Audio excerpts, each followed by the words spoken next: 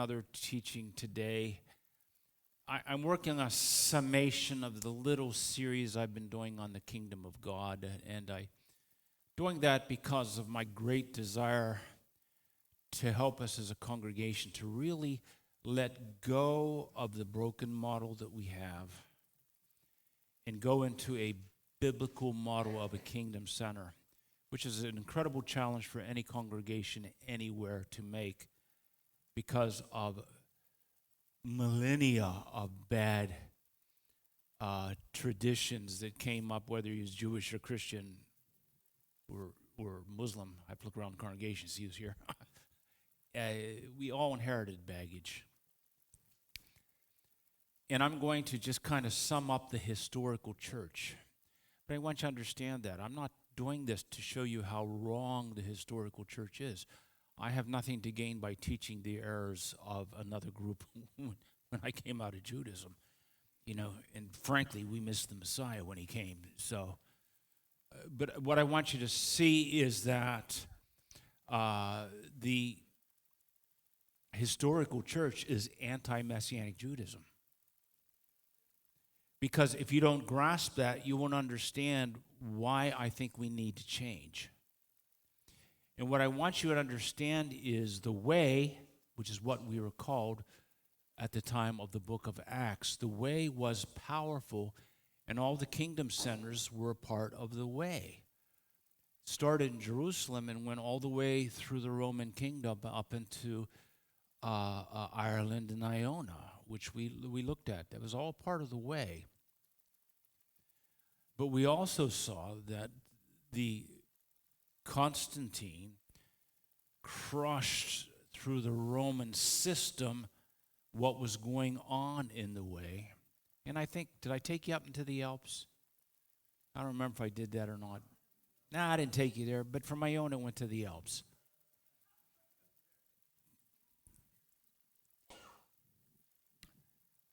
But you have to understand, you have to grasp, what happened that we lost the motto of the Bible? What happened? How was the way seduced by Rome? How were they seduced? Go ahead and put up the first screen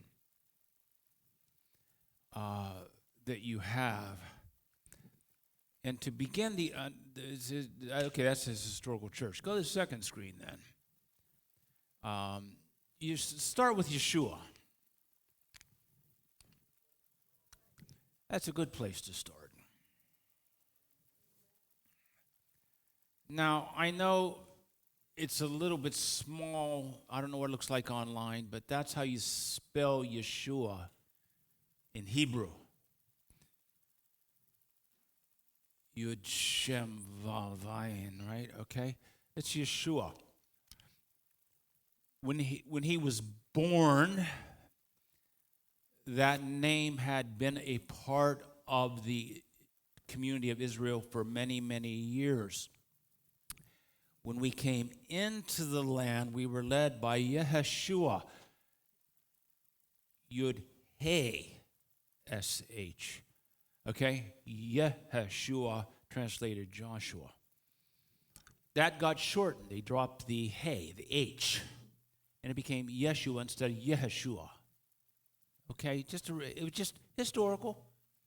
The name over the course of centuries, from the time of the entrance into the promised land to the time of the Roman occupation, it had just changed to Yeshua.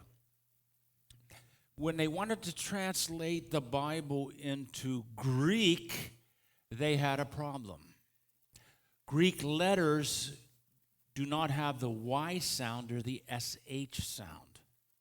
It just doesn't exist. You can't spell Yeshua in Greek. The letters don't exist, the letters in English Y or the SH. There is no Y and SH in Greek. So he had to change his name. Go to the next, click once, and his name became Eusus. Almost the same thing, Eusus, right? Which is Greek. There's no Y, there's no SH because Greek letters don't have that. Okay? But because in the Bible there are many people named Eustace, including the guy that led us into the promised land and helped conquer, this walled city. He had the same name as Messiah. And you had to know whether you were talking about Yeshua the Messiah or Yeshua, Moses' protege, who led us in the land. So they had to change it just a little bit. And go ahead and click once more. And so they made the I, what we would call the I, kind of big. Go ahead, click again. And it became Eustace. All right? Okay? Now, if you see Eustace spelled the top way, it could be anyone. But if you elong that letter, it's the Yeshua that was the Messiah. It's that simple. It's not an anti-Jewish thing that happened. It was translating Hebrew to Greek. And the letters don't work. Oh, you already moved? Okay. In the 4th century, a monk was copying the scriptures, and he hooked the I. He simply hooked the I. You know, being fancy? And it's still Eustace. All right? That was just in the 4th century. In the 5th century, people started reading that Jesus. Because it looks like a J, too. And if you're not speaking Greek, you can say Jesus. Just like you can say Judah in English, but you can't say Judah in Hebrew because the letter J doesn't exist. In Israel, I am called Yehuda. There is no J. There is no G. The letters don't exist in Hebrew. My Hebrew name is Yehuda. In the States, I'm called Judah. Because we have a J. In Israel, there is no J. So you can't write Jesus in Hebrew. There is no J. You can't write Yeshua in Greek. So over the course of 5 centuries, through a typo, his name became Jesus. Wasn't any great anti-Jewish plot. It's historical. You have to understand. Do you all understand how that happened?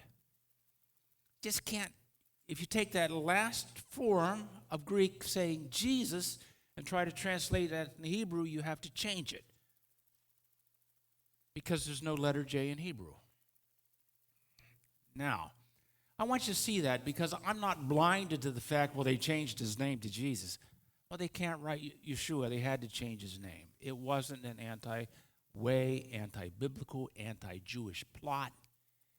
It was a language difficulty. And language difficulties exist. And I present that to you from the standpoint that I'm not saying that everything they did was just anti-Jewish. No. There were historical problems with language differences. No, I shouldn't.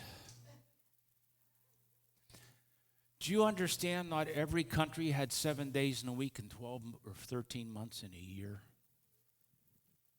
It just didn't exist. Okay, but you understand it was changed because of language problems, not because of anti-Jewish, anti-biblical, the way, nothing. It was a language issue. Now, it still doesn't change the reality that the way was seduced by the historic church under the Roman takeover and creation of church. And we've touched on some of the history that happened last week in my message Beyond Rome. Here's what happened. Caesar took over the way and created the Christian church. It was a political decision. A political decision. But he wasn't the only Caesar. There were many Caesars beyond him. And to understand what a problem the historic church had with the way It's not like they passed a law and you can't do what the Bible says anymore. You got to do it this way. Everyone said, okay. It's just not a lot of people can be pushed around. And so look at some of the Caesars. Go to the next screen and let me see where I'm going. Claudius. Claudius was Caesar from the year 41 to 54. You're all in the common era now. He was the first to persecute the Jewish community. He officially, by the way, it's pouring down rain. That's that noise.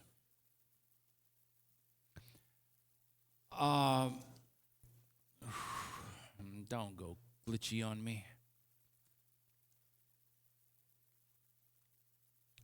And he is mentioned in the book of Acts because the year everyone's running out to close the windows on their car.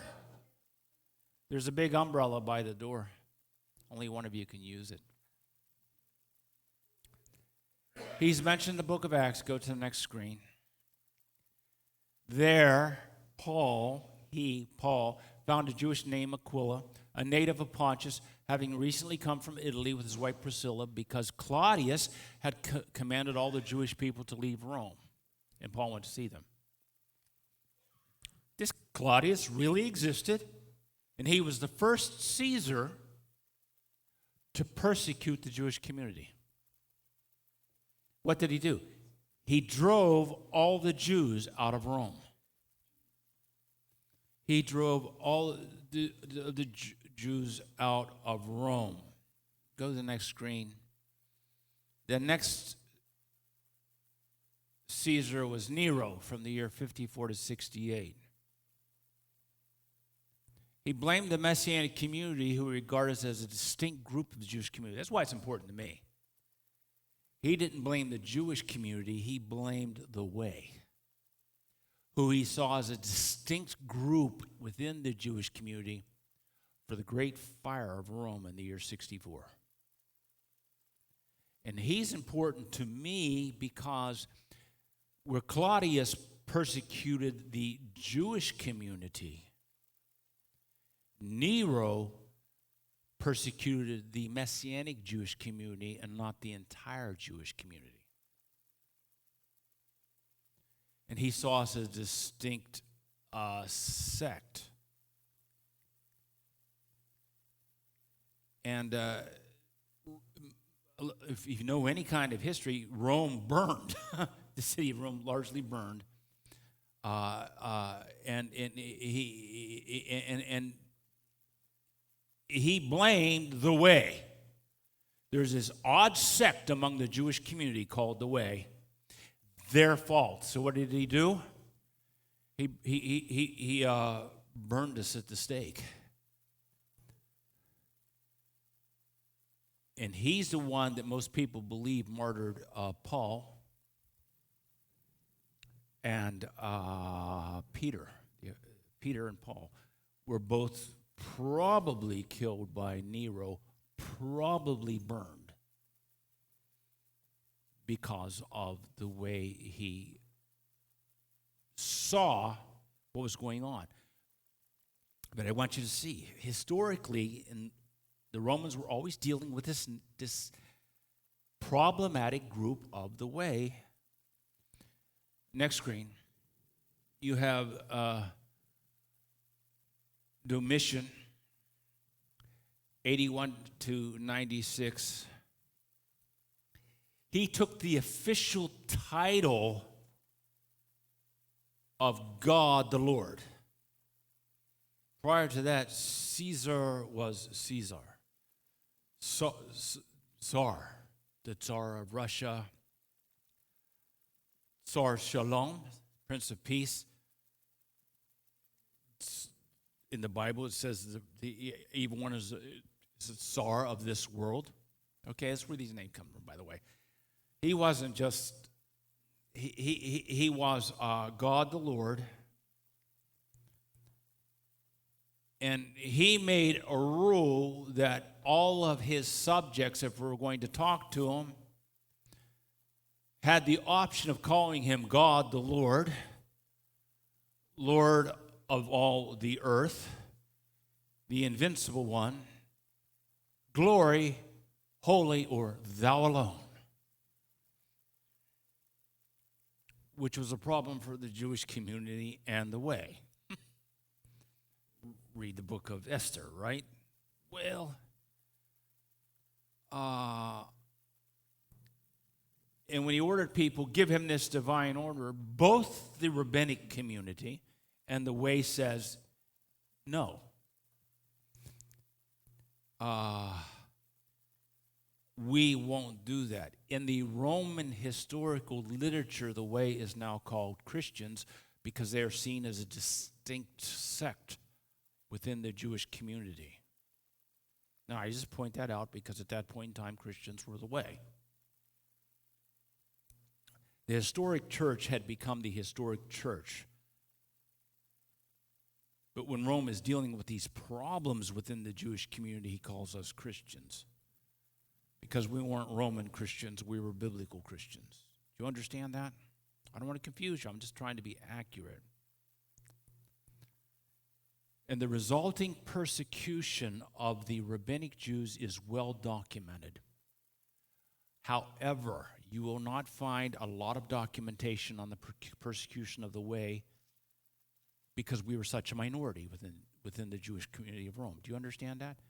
If you read his history,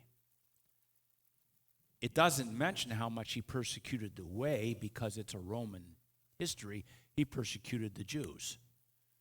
And a lot of the Jews were part of the way, but there was no distinction during his tenure. Next screen, we move to Trojan, who was the Caesar from 98 to the year 117. First emperor known to persecute the Messianic Christians that we were called back then, okay? As fully distinct from rabbinic Jews. Now, he doesn't see us as a part of the Jewish community. He sees us as a separate group of troublemakers. He didn't see us within the Jewish community. And so he persecuted us totally separated from the Jewish community. These are historical. And I try to teach accurately. That's why I give you all these little subtle nuances, because that's the historical record that we have. But I want you to see that the way's there. The Messianic community is there. The Messianic Christians are there. Because Caesar's dealing with them all the time. They didn't just become Roman political Christians. They maintained their lifestyle as biblical. In one letter he writes out, and I quote in English, they are not to be hunted out, although any who are accused and convicted should be punished. With the provision that if a man says he is not a Christian and makes it obvious by his actual conduct, namely by worshiping our gods, then however suspect he may have been with regard to the past, we should pardon him from his repentance. If you're accused of being a Messianic Christian, but you attest you don't follow that God, you follow the Roman God, oh, that should be good enough. You shouldn't be put to death. If you're willing to confess you don't follow the God of the way of Messianic Christians, who is Yeshua the Messiah. All right? And again, he's the first one first emperor known to persecute Messianic Christians as fully distinct from rabbinic Jews. From that point in history, we were just this odd group, no longer a part of the Jewish community, because largely they had separated from us. And now we became our own distinct problem. Our own distinct problem. Go ahead to the next screen. That should be Marcus Aurelius, from the year 161 to 180, where is recorded Christian blood flowed more profusely than ever before. It's no longer just a sect within the Jewish community, totally separated sect. And under this emperor, it is recorded in historical documents, Christian blood flowed more profusely than ever before. And under Marcus, for the first time, anti-Christian literature flourished. He backed the printing of documents to attack the way. And this is bogus stuff over here these guys are doing. Pay no attention to them. Fierce persecutions broke out in different parts of the empire against this odd group of Messianic Christians. They didn't belong to anybody. They weren't a part of the Jewish community. They weren't a part of the political church of Rome. They were this odd group, which always causes problems. As I said, Christian blood flowed more profusely than ever before. Moving along through the Caesars, the next Caesar we run into, go ahead, is Septimius Severus, who is Emperor Caesar from 193 to 211 Common Era.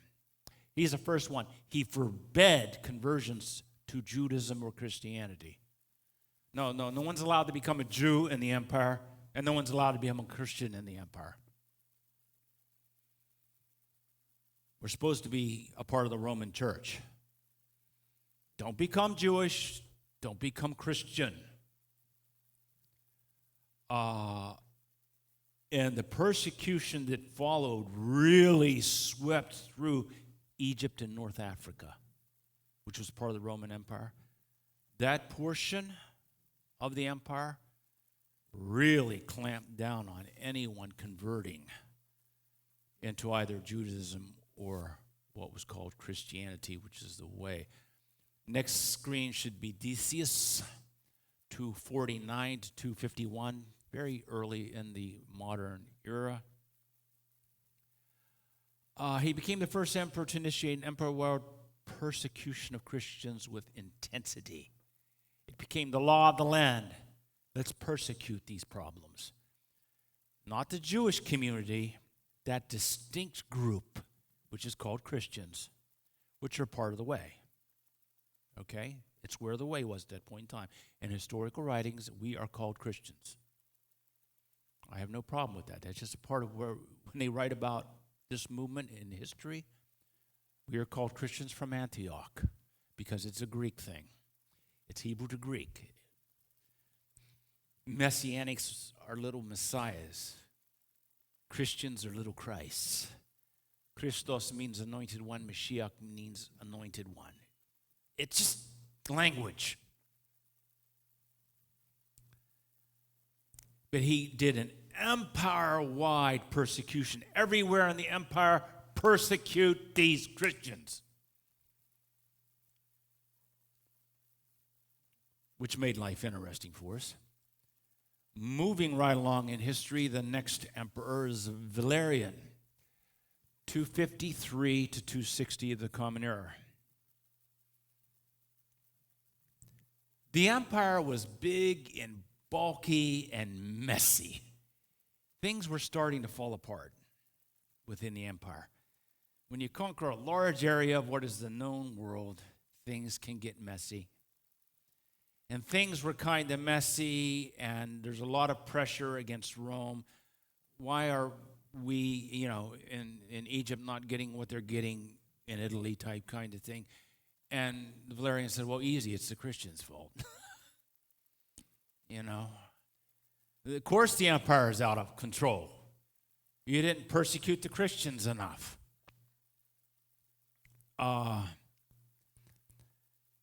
And he said, yeah, there is problems. I agree. We have all kind of troubles in the empire. It's not my fault. You didn't persecute the Christians enough. It's their fault. I mean, that's where the Holocaust came from. That's where the pogroms came from. Do you understand? This is a historical problem with our people. And it led to incredible persecution. Incredible persecution. Things got really difficult for those of us in the way. The church is okay. This end of the movement is not doing well. And shortly after that, you have, go ahead and flip it one more time, Diocletian, 284 to 305. He said, let's just wipe them off the face of the earth. Have you ever heard that before?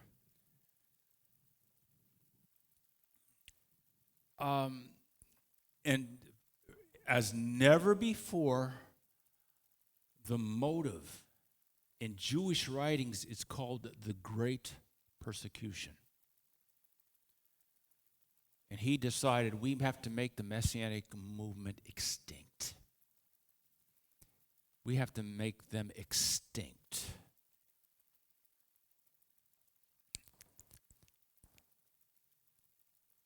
He specifically wrote into law any kind of Christian worship, as found in 2 Corinthians, by the way, which nobody pays attention to. All kingdom centers have to be closed down. All congregations must be closed down. And any literature that came out of this community must be burned. But you have to see, even with all this persecution that they're doing to us in the official name of the Roman Church, we're still there, and they're still dealing with us. It just didn't happen that they made a rule. You can't live according to the Bible anymore. You got to live the way we say. And everyone said, okay, no, we're like a thorn in the side. We're always there going against the grain. And we get blamed for the out of control political things going on. We get blamed for, I was up in I was up in Norwich. What's Norwich known as? Robin Hood. Sherwood Forest, thank you. That's up in Norwich, northern England. William was killed by the Jews to make Passover matzah, and they wiped out the whole Jewish community except for 4. Everybody in England knows this story.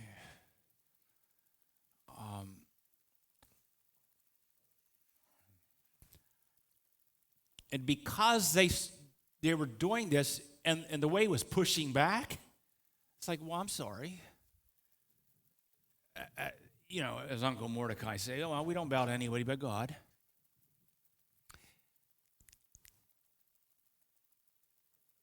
Especially in the eastern edicts, the eastern provinces of the empire, not the western.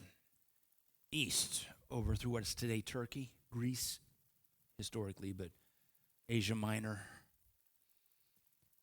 He ordered arrest of anyone leading any kingdom center, any congregation,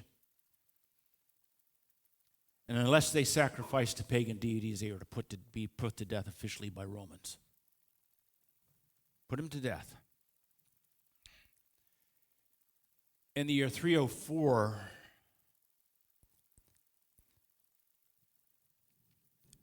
the edicts was extended to all Christians, and particularly vicious in all of northern Africa. They just took out anyone leading any kingdom center, any congregation, and unless we were willing to sacrifice to idols, we were put to death. And they wiped out the leadership all over the kingdom after years and years of persecution. Now, to bring you into history, because I don't want to, sometimes I'm not clear, as I try to keep things simple, but my mind gets jumbled because I don't pay attention to my notes. The Roman church that's there is not the Roman Christian church. Not at this point in history. I thank you, Bob. I appreciate the insight of my people. The Roman government was the church. There was no official Roman Christianity at this point in time.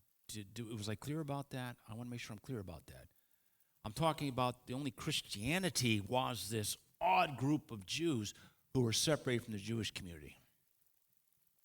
Because you're with Diocletian. But that was all bad. But then you come to tragedy. You come to the tragedy, this is what we're dealing with today. Because it's the year now 312. Go ahead to the next screen.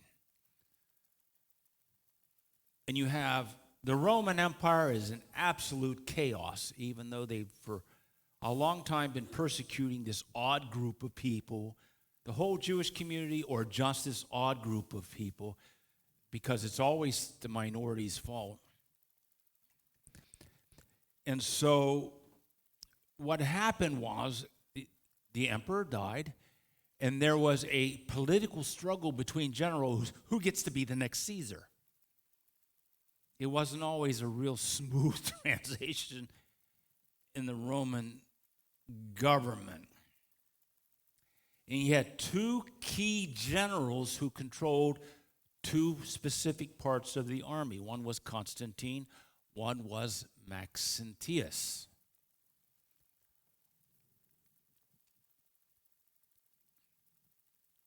And they are struggling politically with each other, but both are politically powerful.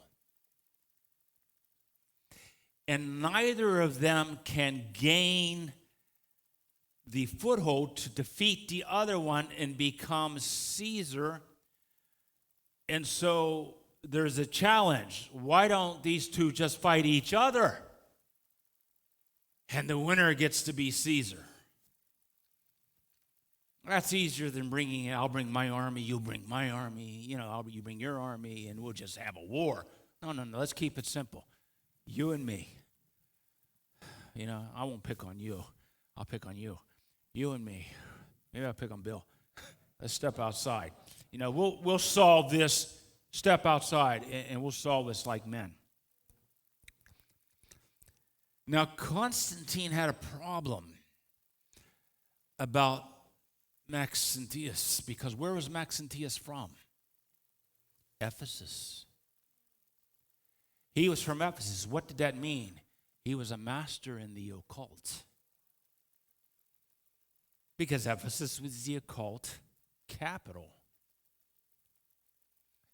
And so he's a master of magical and occult practices.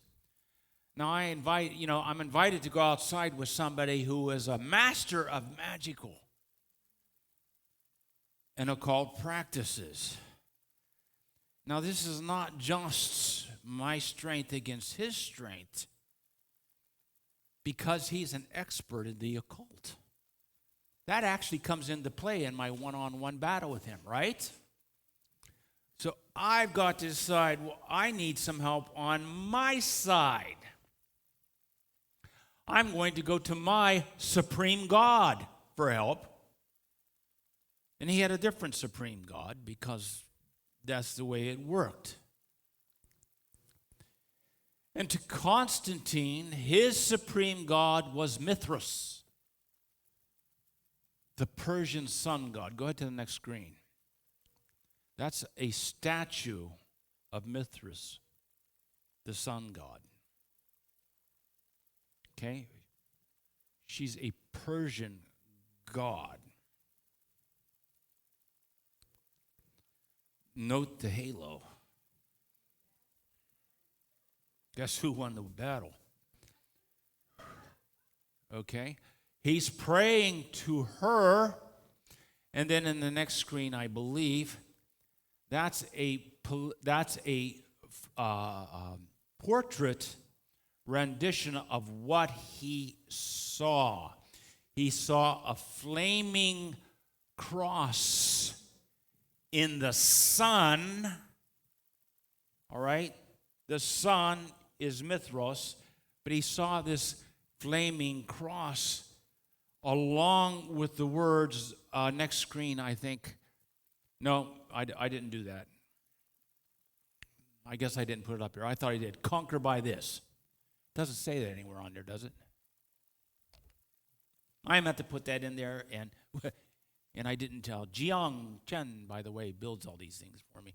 She's quarantined, self-quarantined. Why she's not here, but she's still active with us and watching us online, as is Ellen, as is, I don't want to miss anybody's name. People do watch us online. He then confronts Maxentius and wins the battle. Ha-ha! All your occult stuff didn't work. I got the sun god on my side. All right?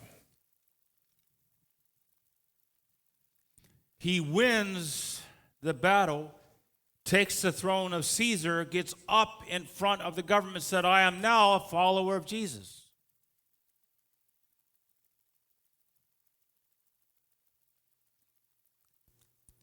And you have to understand, when he did that,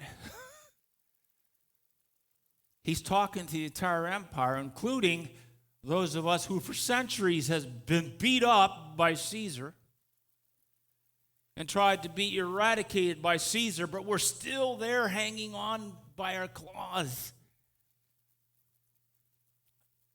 And now Caesar gets up and says, now I'm a Christian. It's like, all right, it's about time. Finally, somebody's on our side. After all these years of persecution. And we, as a movement, said, this is an answer to prayer. For centuries, Caesar has been persecuting us, and now Caesar is one of us. That's got to be an answer to prayer. In actuality, Caesar said, I'm a Christian, and if you're not a Christian, I'm going to persecute you. All right. Now it became an advantage both politically and socially if you became a Christian. Because if you didn't become a Christian, Caesar was going to persecute you. So now it's a good idea to become a Christian.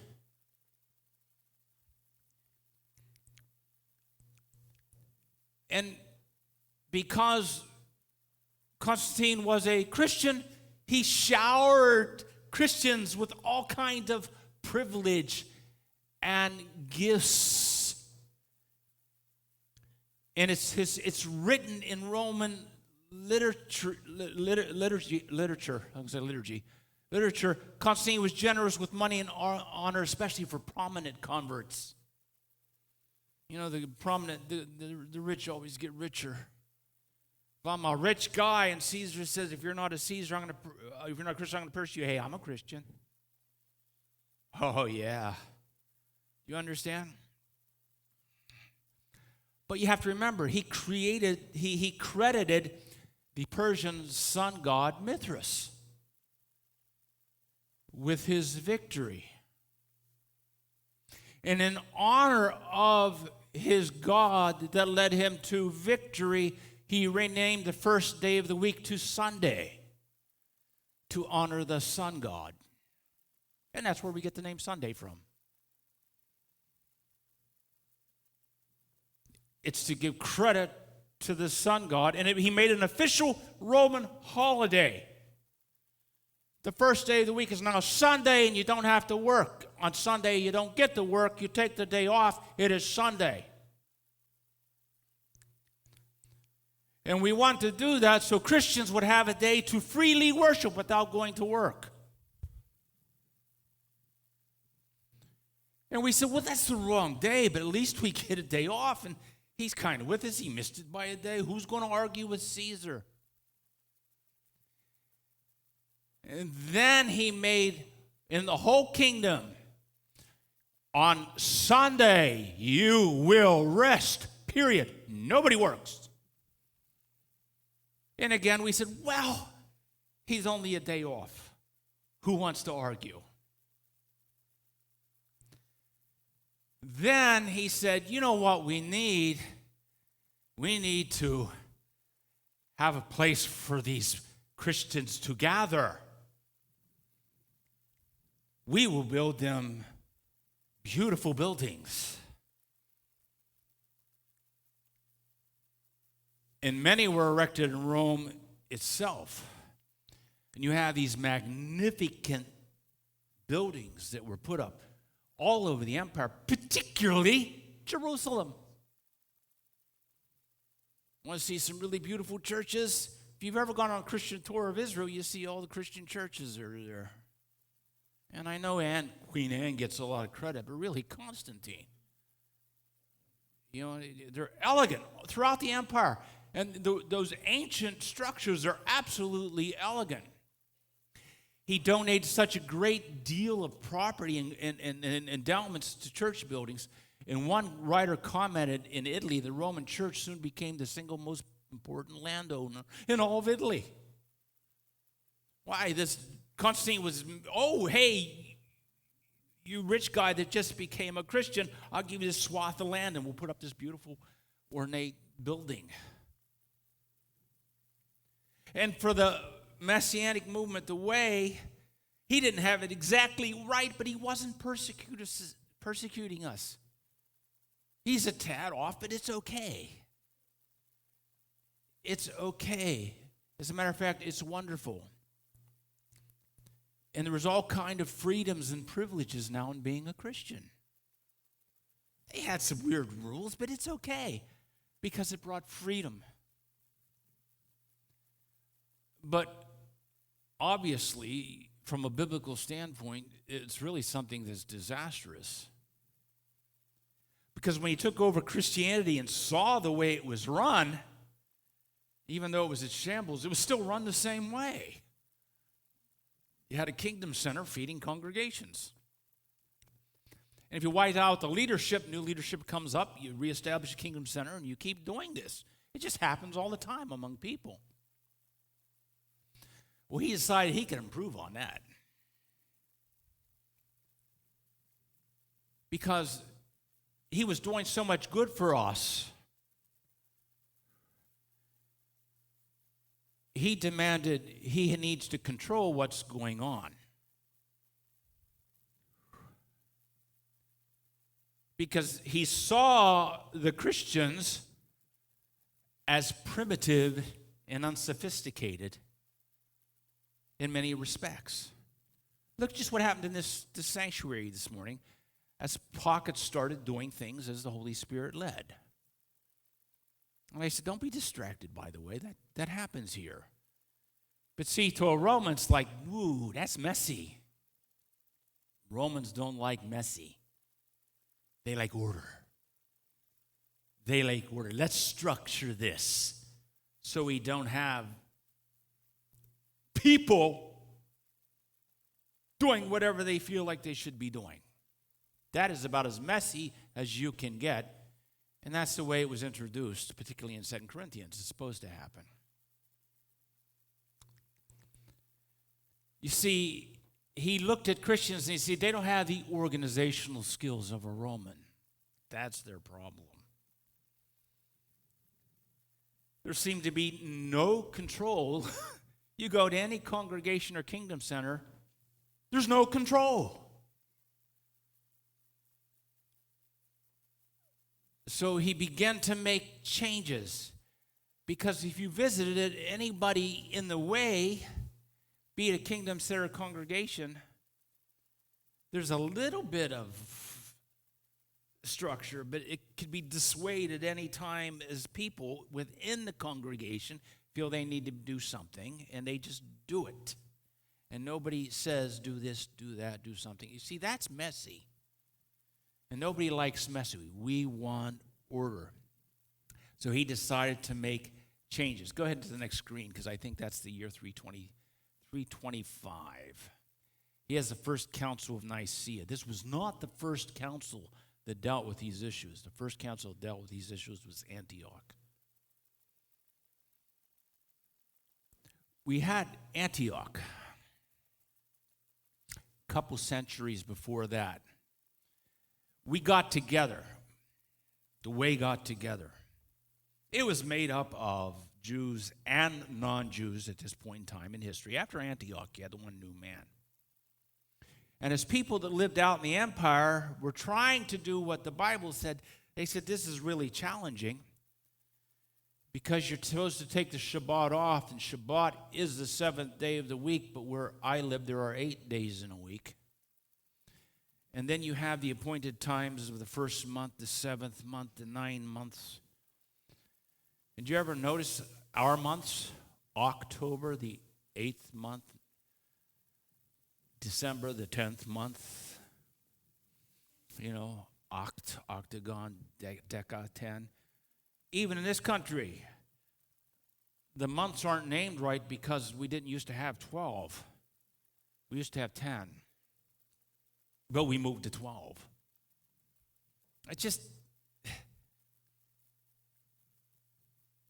And they said, this is really difficult when you have to have recognition of certain appointed times, and we all don't have these times where we live. It's just a historical problem. If you lived in Greece, there might be 8 days in a week. If you lived over lower in what is today Turkey, it might be 5 days in a week. In a lot of places, who knows what day of the week it is? Do you understand? They didn't all have calendars. They couldn't Google it. And he said, this is challenging. We got to change it. And nobody was thrilled about circumcision. Wasn't well received. And in Antioch, the Jewish leadership was so powerful, he says, don't be stupid. You do what the Bible says. And then when they have next conference at Nicaea in 325, to try to get things organized, if we invite these crazy people, these crazy Christians from the way, because those Christians are now different from the official Christians, they'll muck it up. They'll want to keep it weird. We won't invite them. And we'll just make the rules without them. And it's the first general council of the Christian church as perceived by the Romans. Give one more click. It led to the absolute death of the home congregation. Boy, is that messy. You can't have a congregation where everybody's doing what they feel like they're supposed to be doing. That's not good. That's completely out of order. The next thing, next click, change in worship. You know, one person has a song, one person has a tongue, one person has a whoa, whoa, whoa, whoa. You can't let the people decide. Let's control worship. Do it in order. Go ahead to the next one. Rejection of Christianity's Jewish roots. We don't do things because of Jewish roots. We're Christians. We are not Jews. Therefore, we don't have to do what the Jews have done. We are Christians. We won't do what the Jews have done. They keep Shabbat. We worship the sun god. We keep Sunday. We don't do anything that they did. We specifically don't do anything they did. Go ahead and do another click, because I don't know what they say. He brought an influx of paganism. If you're going to take out the biblical stuff, you got to bring in pagan stuff. That's right. Bob knows these things. What do you do with all the pagan priests? Well, what was his announced purpose for this particular Council of Nicaea? We had to have a council to settle doctrinal disputes. People were arguing in the empire about how things should be done, and the leadership still kind of always stemmed from the Christians, the way. And even though Christian was a legal thing, nobody knew how to do anything. You want to know how to do something, ask the Christians who were there before it became a religion, and they'll tell you what to do. Well, that's unacceptable, because they're the people that are so disorganized. And so he needed to reorganize Christianity and give it a new image. We can clean this up.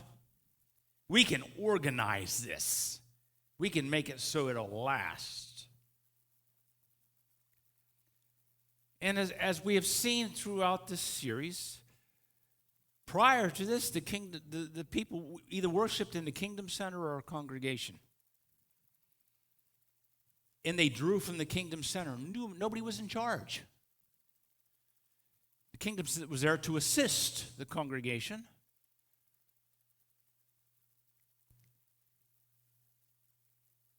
And the congregations before this were the foundation of kingdom activity.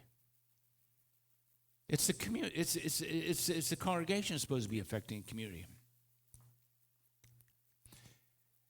And then when he, the first church he built, by the way, got to do away with this stuff. You got to do away with this stuff. We'll build a building. The first church he built was St. John Lateran in Rome, which is still standing today, by the way. The interior design was patterned after the throne room in his imperial palace. You ever been in one of those churches where it kind of looks like a Roman imperial palace up here? Oh, it helps to have a lot of money. You could really, the more money you have, the more ornate it is up here. All right?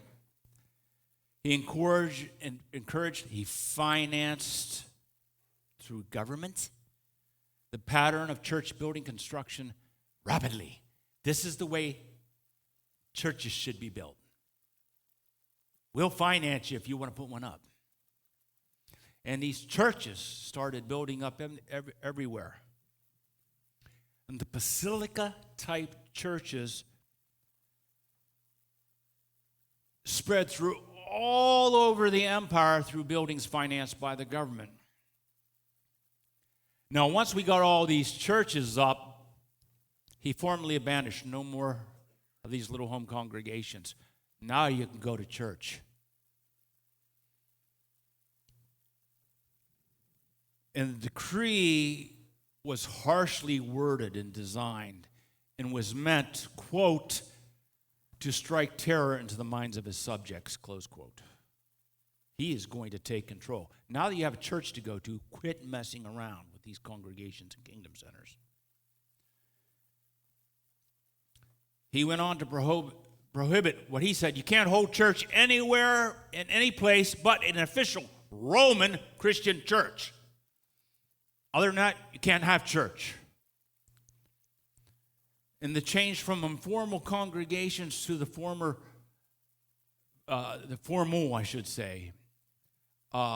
basilica buildings changed the whole concept of the word church. Then you have this change in worship. Worship in the whole congregation had been spirit-led, intimate, with little focus on forms or liturgies. They didn't have this big focus. You got to do this order of service the way it's supposed to be done and ordered. Because in Constantine's Roman mind, the highest expression of worship is found in solemn rituals. And you got to impose those. And these rituals originally developed for pagan worship were imported into the Christian church. They had plenty of liturgy and organized worship in the pagan churches. Let's bring that into the Christian church. And they became worship service was now public ceremonies. Fixed written forms of worship developed. And he said, just forget the Jewish roots. We come from Roman roots, which are paganism. And he rejected everything that came from anything in Judaism. By the beginning of the 4th century, the kingdom had developed a great deal of diversity. When you get into this century, there's a lot of things happening, a lot of diversity in the kingdom, because it's spreading all over the kingdom, and nobody's in charge but the Holy Spirit. And it's messy. Anytime you go into a congregation when the Holy Spirit is in charge, I'm telling you, it's messy. May we become messy. I know that bothers some of you, and that's because of our Roman heritage, and I have it too. It exists in the synagogue, in the mosque. It exists everywhere now. But across most of the empire, the kingdom still had Festus Jewish heritage that they had received from the apostles, because they started saying, you can't do this. You can't keep the Sabbath. You worship on Sunday. And we said, well, we can go to church on Sunday, but we can still keep the Sabbath. You understand? We found the loopholes so we could still be observant. And in the history, we made everybody crazy because we kept the Passover. We kept the Shabbat. Those two specifically are mentioned all through Rome. We stressed the Torah, learned the Torah, because that was one book that was still intact, frankly.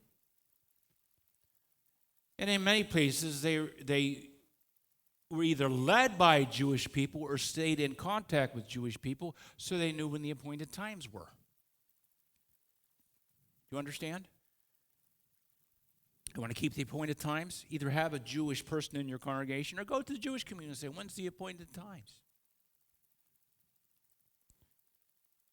And like many Romans, Constantine hated the Jewish people. And he determined to establish pagan Christianity as a standard in the entire church. And every church in the Roman Empire was commanded conform to non-Messianic Jewish standard. You must live by the standard I give you, not the one you inherited from the apostles, which is not what he wrote. He said it used to be the way. Because now he's a Christian, so we have to be something else. And those who would not conform were severely persecuted. The summation of the decision of Nicaea is written in this way. I don't think I put it up there.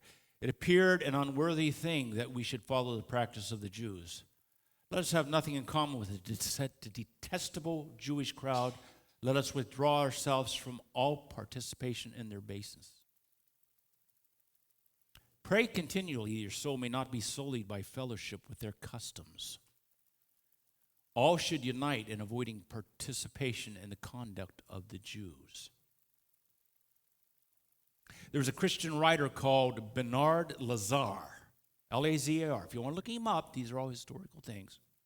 Described changes resulting from Nicaea in this way. Before Nicaea, Christians attended the synagogues and celebrated Jewish holy days.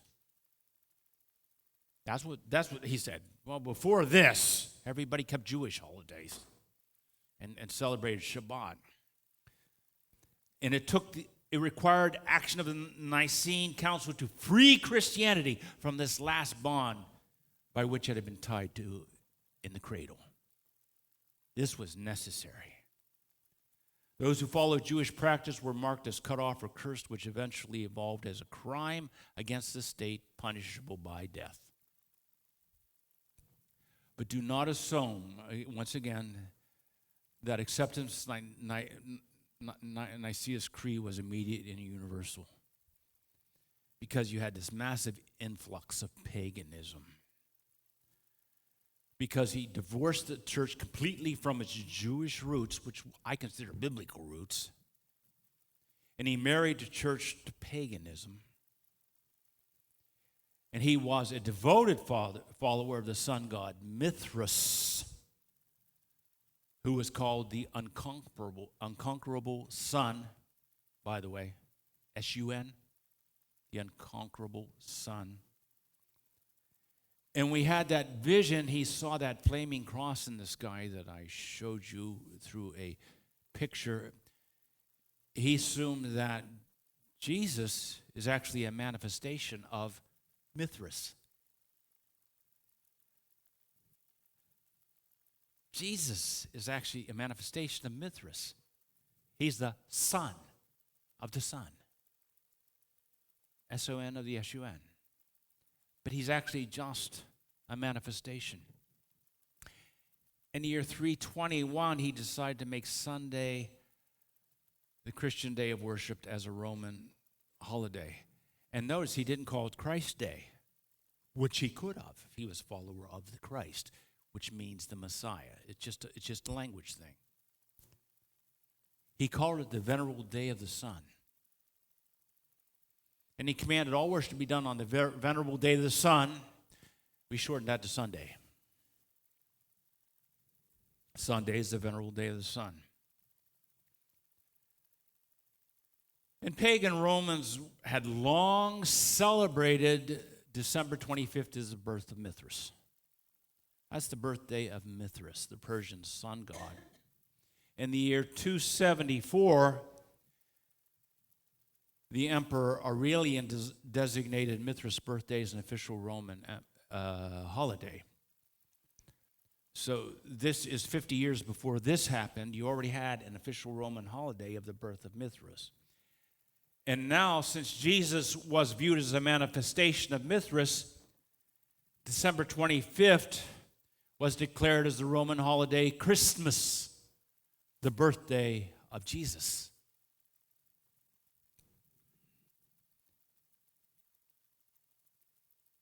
For hundreds of years, traditional church councils found it necessary to continually come out and ban Messianic Jewish practices. You could read all through history. Messianic movement called the way during the time of the Bible.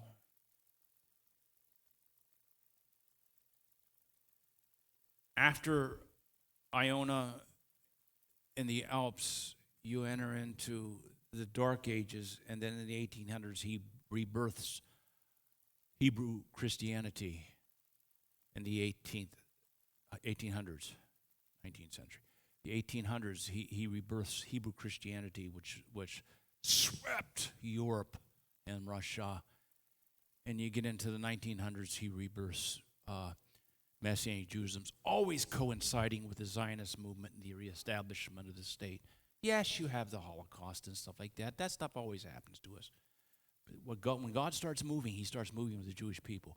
I might get into that, and I might not, because I have so many messages in my mind. But again, he was just threatening. Any Jewish practice will punish you. You're a Christian now. Knock it off. Go to the next screen and let me see what it says. So you have the Council of Antioch. Go ahead. Click again. The Council of Laodicea, 365. Council of Agdi, 506. Go ahead. The Council of Toledo, 10. The year 650. The Council of Nicaea, 2, 787. I want to see, for 1,000 years, they're having councils to deal with these nasty group of people who are absolutely out of control and want to do things that the Jewish people used to do. By the way, if you want to, I'm out of time. Let me just run through this quickly.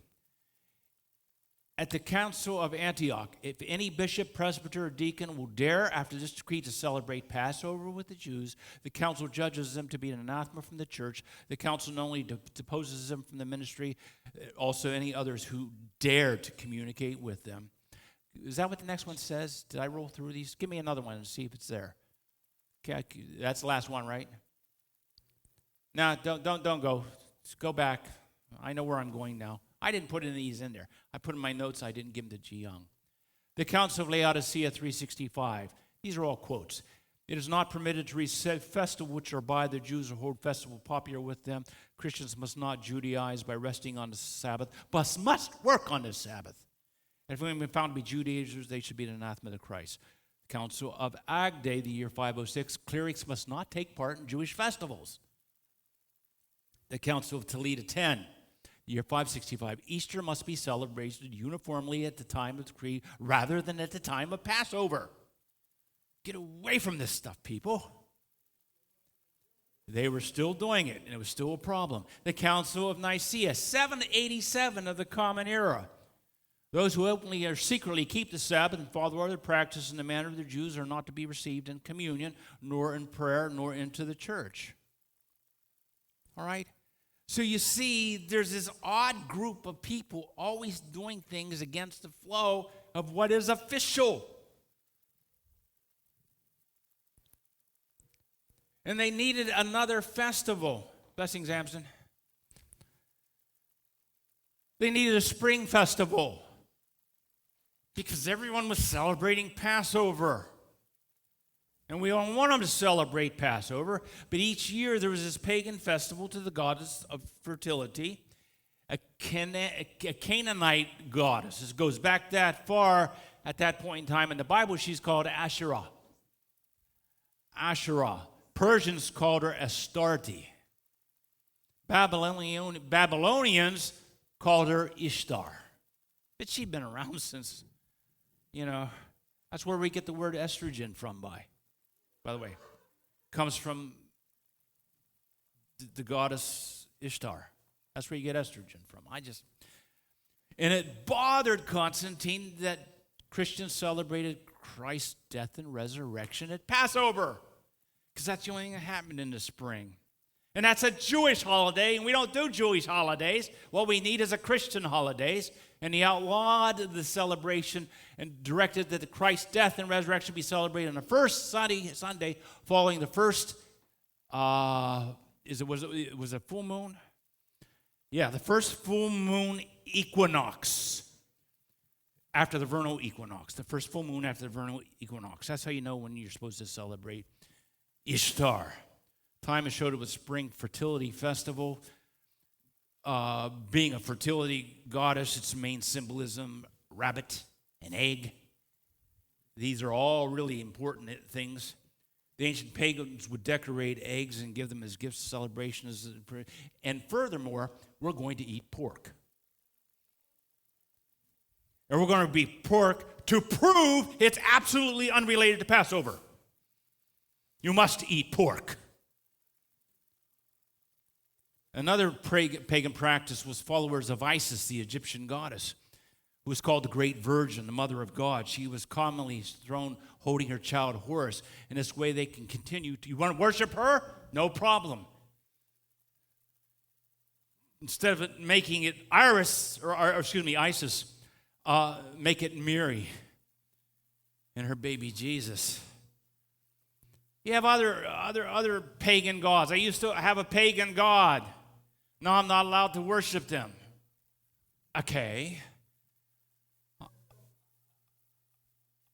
I'll pray to my patron saint. Because I'm going to go to the God of the harvest that I used to go to and pray, and I'll pray to I'll go to the church building, and it used to be a pagan temple, and I'll pay to the patron saint of the harvest.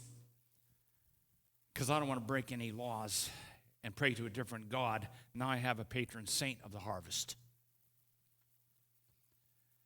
Worship hadn't changed. You simply have a new name for your false god. The church became a powerful and wealthy political organization with little evidence of spiritual life. When the political system of Rome crumbled, the church stepped into the vacuum. The church became a powerful military power, but absolutely no supernatural power. And by the year 800, the church council had outlawed the Jewish lifestyle embraced by the apostles. For a Christian to observe Passover or the Sabbath became punishable by death. And the ultimate result of Constantine's conversion was the death of the Messianic movement, and that's the way he died. And for 1,000 years, the church sank lower and lower. Now I'm going to end with this graph. I can show you. This is a quick picture, because I'm not going to come back to this. That's enough history. You can only have so much knowledge. I want to change your lives, not just give you knowledge. Go ahead. Start with the next screen. We started in Jerusalem. And from Jerusalem, the kingdom flourished, right? We flourished. You had Jerusalem, Antioch, Ephesus, Corinth, Rome. You know, the kingdom of God is flourishing in the known world. Go ahead. That gets us to the year 325. It's just growing and growing, growing in the entire known world. And then after 325, it crashes. And then, give me the next click, then you enter into the dark ages. The church is alive and well, but there is no spiritual power. Don't keep going. Don't keep going. Go back one. That gets you to year 1500. In the 1500, you get a stirring. Things start happening. Things slow at first, then it picks up. Like I said, 1800s, 1900s, it skyrocketed. But you have an awakening that happens in the year 1500, and it starts to go up. Go ahead, up. And that gets us to, does it get us to anything, or does it ends there? It ends there. Because I didn't want to take the time to break you down through it. Just you need to see that, and what do you have? The Zionist movement, Theodor Herzl, the Jews have to have their own homeland, early 1800s. Hebrew Christianity starts to flourish. Jews come into the church but don't fit in the church. They form their own congregation, and they're Hebrew Christians. The most significant one at that point in time was Berlin. A congregation until Boris got into Kiev was the largest congregation of Jewish believers since the book of Acts. It's almost unheard of because it was wiped out in the Holocaust. But at that point in time in history, everybody in Europe knew about the Hebrew Christian church in Berlin because they had a 500-man Jewish choir that toured Europe singing. Everybody knew this congregation. Then you get into the 1900s and you have the birth, the birth of Israel, the liberation of Jerusalem, the birth of the Messianic movement, and it's just going up again. And you could tie that, God is working with non-Jewish people during this time.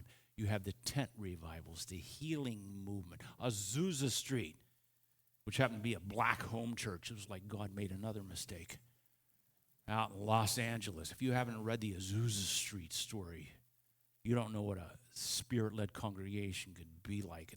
It's incredible what went on Azusa Street, and people didn't approve of it because it was, if God wanted to move, he would not move in a black home church. If he really wanted to move, he'd get one of us rich white pastors. But that birthed the charismatic movement, speaking in tongues, miracles. None of that happened until you get into Azusa Street. No, it's not to negate what happened up in Kansas. I know the whole story. But nothing's more significant, in my opinion, of the real striking difference that birthed everything was Azusa Street, which was a black home church. But God is moving, and when God moves, things happen. I want you to see that the Messianic movement has always been there pushing against the grain. I want us as a congregation, let's push against the grain and let's not accept this. Let's not accept this. Let's get radical. Let's do what the Spirit of God says and not what man says. And let's let go of the structure we have inherited. A government-controlled structure. And I'm not talking about America. I'm talking about Rome. And I'm not talking about the Catholics. I'm talking about Constantine. We inherited a structure. And yes, some of it has a historical. You understand, I'm Jewish. My structure goes back, my baggage goes back centuries before there was a Christian church. And Christianity has a lot of baggage, but nothing compared to what I have. I'm willing to let go of it, but it's going to be hard for you. It's going to be hard for you. Let's talk about what this looks like starting next week. Go ahead and shut it down, Kieran. Let's talk about wineskins.